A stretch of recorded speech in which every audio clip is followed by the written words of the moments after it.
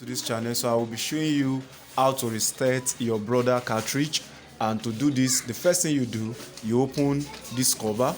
So the moment you open this cover, it shows you cover is open. The next thing is to press this clear. Then the next thing you do, don't mind the replace drum, just press star and then press 00, and then you press this button. And the moment you press the button of hash, it should show you to call it will show you to cover it. So the moment you cover, it will just naturally reset. So the next thing is it will ask you to wait while it will run over.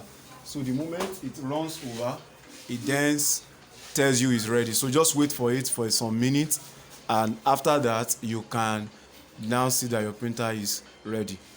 Alright, so you add that sound, so you just wait for some minutes, and it's ready now. The printer is ready, and now you can just go ahead and print. So just thank you, subscribe to this channel and like this video, kindly share. Thanks.